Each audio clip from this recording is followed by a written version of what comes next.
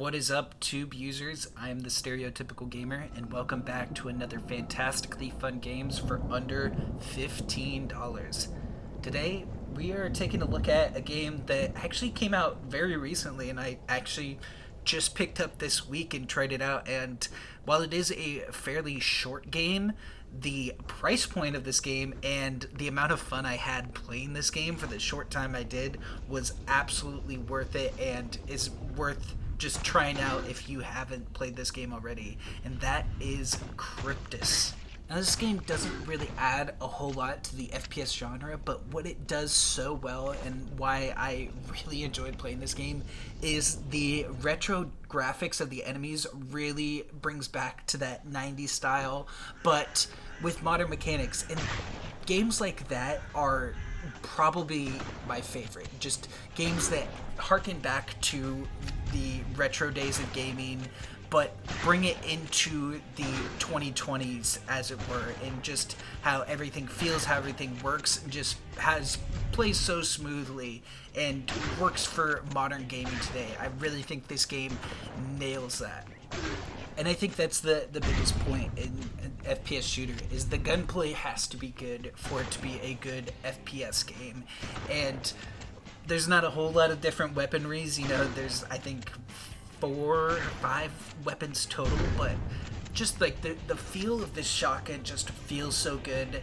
There's a sword that you get later on. The hack and slash of the sword feels really good, and then you get like a sniper shotgun later that feels amazing to play. I really wish you could get it off the start, because that is a lot of fun. And while this game isn't very challenging, I think there are different difficulties. I think I'm playing on like the second hardest difficulty. None of the enemies like really change their strategies and stuff. It just, you take more damage from their attacks basically. It really was a whole lot of fun. It's just a nice, fun, easy game to just sink 30 minutes into, and I could honestly see myself doing speed runs of this, because it is a whole lot of fun to play, and it is a really short game, so you can do, I imagine, really quick speed runs of this game. And yeah, I've said some of the downsides of this game is there's not a whole lot to offer. It's just kind of a basic first-person shooter. The music's pretty good. I like the soundtrack for like the fighting and for the boss fights. It's all really well. But what made me try this game out is that it was completely free. It's a free download, free to play, and I mean, there's no microtransactions today. I think it's free because it's only 30 minutes like to finish the game entirely, but that 30 minutes was so much fun, and it's just worth a try. I saw this on Steam. I saw that it was free. I liked the look of the graphics from like the trailer and the pictures that they had, and that basically sold me on it. And then trying it out, it was a ton of fun. I really love this retro style of enemies. It harkens back to those like the stand-up video games where you had like the gun in hand, like I can't remember, like I think it was like Area 51 was like one of the big ones. Those games were probably like some of my favorite to play at arcades, and this really feels like that brought into a FPS shooter of today's era. And yeah, this game is fairly easy to, like, each enemy has pretty simple mechanics in order to avoid them, and playing on harder difficulties doesn't do much except for like the bullets and stuff hit for a lot more, the enemies hit a lot more, so there wasn't a whole lot of difficulty to this game, but it was really satisfying to shoot enemies in the face, and I really like the animation style of all the enemies. And that's basically what sold me on this game, and just everything about it feels really fun. The movement feels super good. The gunplay obviously is phenomenal. I wish that there were more guns, but the guns that we have they play super smoothly. I mean, for the most part, I played with the shotgun. Once I pick up the sword, I play some of that, and the sword play feels really fun in this game. There's a bunch of little secrets from the dev, which I like, just going around finding, even though the map is super small. Just going around and looking for those things is super cool. And I really like the distinction of enemies. You know, they have that retro style, and if they didn't have that coloration, it would be difficult to distinguish what enemies is which and what they do and stuff. But having that color palette for them really helps distinguish that, and I really think it helps make this game a lot more enjoyable to play. And for the most part, I mean, yeah, it's just waves, just fighting off waves of enemies.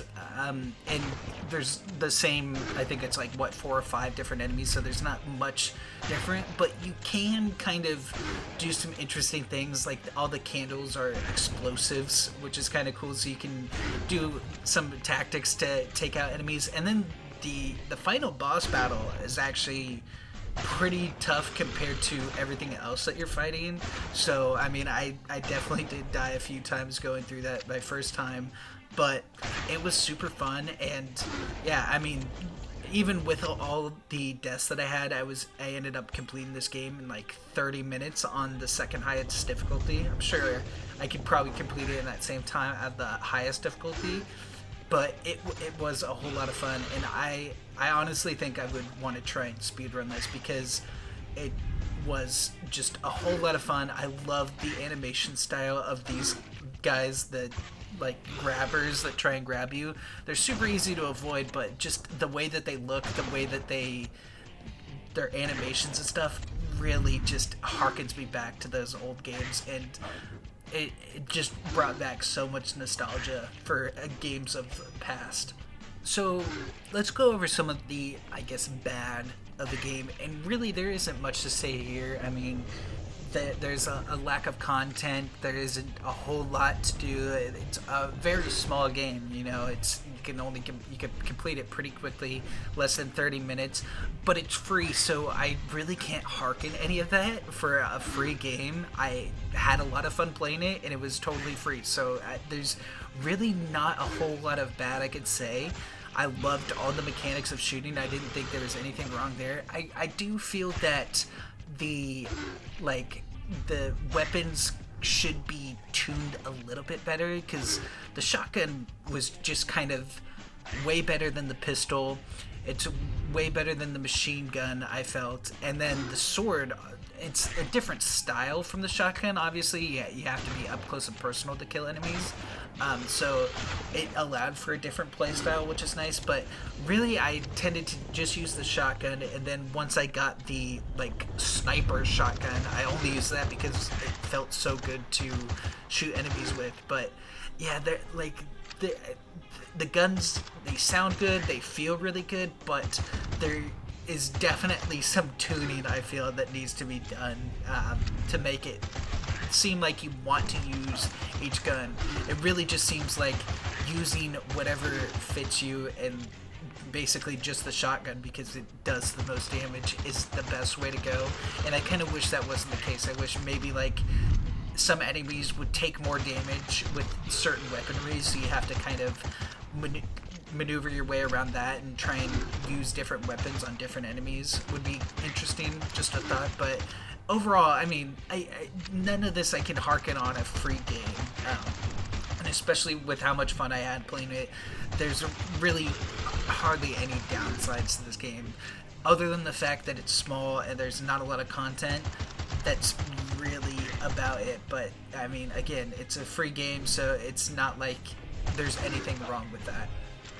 And I guess the one other thing that I would complain about is the health packs in this game. They are very non-noticeable. It's just this little green book that's on the ground that will replenish your health, and for the most part, it's really difficult to see them, and I had a really hard time finding them, especially when I needed them, because I assume that there's at least one health pack on each level, because that's kind of what it seemed like throughout. There was a couple that had even more, but then I found some levels didn't have any health packs, or at least any that I could find. So I maybe tune up the lighting of the health packs or something would be nice. Just some sort of visual to give you an idea of where it is, so you can work your way around it if you need that health pack.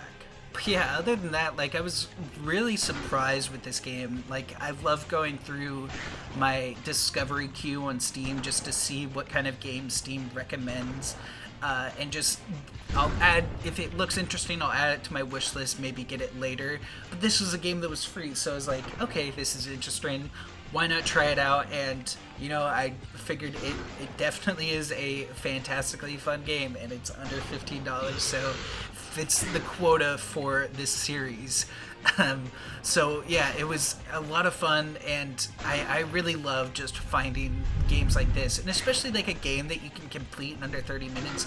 I really feel like that kind of thing is missing. I would love to spend like, even with this game, I would spend like a couple of dollars because it really was fun, and it does, I feel, have replayability. If they add some sort of speedrun timer or something, there definitely could be replayability in this game, and I really do just like having these games that you can play for 30 minutes and basically complete the entire thing.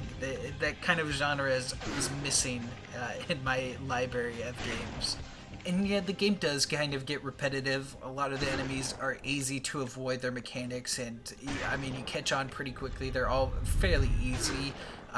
Most of them are basically one-shot kills, and yeah, even the ones that aren't, they're melee and run super slow, and your dash is just ridiculously overpowered.